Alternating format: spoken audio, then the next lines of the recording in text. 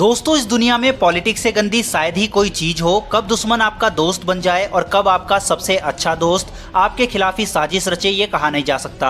आज world politics में गजब की ही उठापटक चल रही है।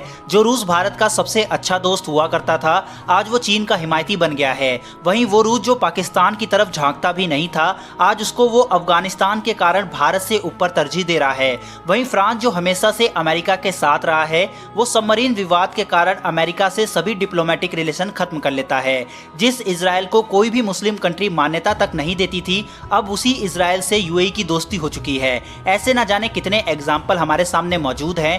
कहने का मतलब आज इस तरह के समीकरण काफी तेजी से बदल रहे हैं। वहीं दोस्तों, अमेरिका जो आज तक किसी का वैसे तो सगा नहीं हुआ है, लेकिन उससे इन दिनों भारत की काफी अच्छी बन रही है। इन दिनों का मतलब जब से सत्ता में मोदी गवर्नमेंट आई है, तब से भारत और अमेरिका के बीच एक के बाद एक कई रक्षा समझौते हुए हैं। मुझे ये बात मालूम है कि आप में से काफी सारे लोग अमेरिका को पसंद नहीं करते हैं, लेकिन दोस्तों कहते हैं कि जरूरत पड़ने पर तो गधे को भी बाप बनाना पड़ता है। अमेरिका ने बीते कई सालों में भारत की काफी ज्यादा मदद की है और हर मंचों पर भारत का साथ भी दिया है। भारत ने अमेरिका से कई बड़ी डिफेंस डील भी की है, जिनमें M777 अल्ट्रा लाइट हावित्जर, जिसको भारत ने अभी चीन से लगी सीमा पर तैनात किया है, वो भी भारत ने अमेरिका से ही लिया है। इसके अलावा Apache helicopter, C-130J special operation aircraft, Indian navy का P-8-1 surveillance aircraft, Chinook helicopter और ड्रोन, ये सब भारत ने अमेरिका से ही आयात किया है। मेरे कहने का मतलब बहुत सिंपल है कि इस समय अमेरिका का एक बहुत बड़ा डिफेंस पार्टनर भारत बन चुका है और अब अमेरिका इस पार्टनरशिप को और बड़े स्केल पर ले जाने का फैसला किया है। दोस्तों, भारत और अमेरिका के बीच अब एक बहुत बड़ी रक्षा डील हो सकती है। भारत ने इसी साल अमेरिका से 30 MQ-9 रीपर और प्रेडेटर बी ड्रोन की डील साइन की थी। वहीं पिछले साल साइन किया गया MH-60 रोमियो हेलीकॉप्टर, जिसको सबमरीन किलर भी कहा जाता है, इस साल से भारत में आना शुरू हो गए हैं। 24 हेलीकॉप्टर की इस डील में अब तक भारत को 3 हेलीकॉप्टर मिल चुके हैं और अब अमेरिका ने अपने सबसे बेहतरीन एयरक्राफ्ट में से एक F-21 एयरक्राफ्ट की पेशकश भारत को की है। दोस्तों, F-21 अमेरिका के F-16 का एक अपग्रेडेड वर्जन है। वहीं इसमें नए 5th जनरेशन एवियोनिक्स को ऐड करके भारत को ऑफर दिया गया है। लॉकहीड मार्टिन के क्लेम के मुताबिक इसमें जो एवियोनिक्स सिस्टम मौजूद है, वो अमेरिका के F-35 से ड्राइव किया गया है।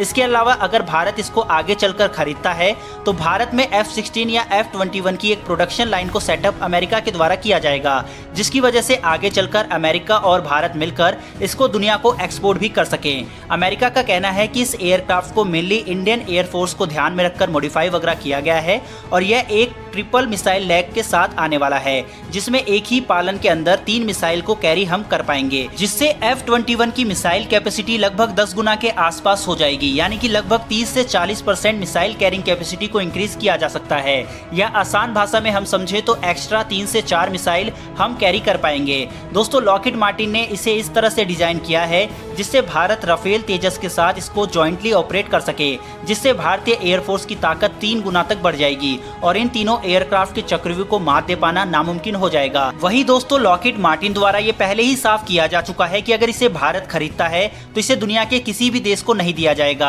अगर ये डील होती है तो भारत को जल्द से जल्द 18 विमान उपलब्ध कराए जाएंगे। वहीं बाकी विमानों को टाटा समूह के साथ मिलकर भारत में ही बनाया जाएगा। इस समय F-21 को दुनिया की सर्वश्रेष्ठ तकनीक से लैस किया गया है।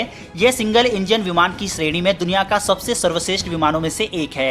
सिंगल इंजन की वजह से यह हल्का है और इसलिए 40% अतिरिक्त हथियारों को लेकर उड़ता है। यह आधुनिक आईसा रडार से लैस और विशेष इलेक्ट्रॉनिक वारफेयर से भी लैस होगा। इसका दोहरा फ्यूल मैकेनिज्म और नए तरीके का कॉकपिट इसे वायुसेना के लिए खास बनाएगा। वहीं F-21 सिंगल इंजन लड़ाकू विमान होने के कारण डबल इंजन लड़ाकू विमानों से 40% सस्ता भी होगा। इसको भारत के लिए इसलिए एक अच्छा सौदा माना जा रहा है क्योंकि राफेल जहां डबल इंजन एयरक्राफ्ट है, तो तेजस एयर डिफेंस एयरक्राफ्ट है। वहीं F-21 एयर सुपीरियरिटी एयरक्राफ्ट है और ये तीनों ही एयरक्राफ्ट मिलकर एक गजब का कॉम्बिनेशन बनाते हैं। दोस्तों, इन खासियतों को देखते हुए क्या भारत को इस एयरक्राफ्ट को खरीदना चाहिए या नहीं, ये हमें कमेंट में लिखकर जरूर बताएं। जहां तक भारतीय सेना का सवाल है, तो इसके काफी ज्यादा चांसेस हैं इस एयरक्राफ्ट के खरीदने के। वहीं दोस्तों, मेरे अकॉर्डिंग भारत को अमेरिका से इसके अलावा F-22 रैप्टर की बात करनी चाहिए क्योंकि वो बेहद ही खास एयरक्राफ्ट है, लेकिन उसका ऑफर अमेरिका ने भारत को नहीं दिया है। लेकिन दोस्तों, अगर आप F-22 रैप्टर के ऊपर वीडियो चाहते हैं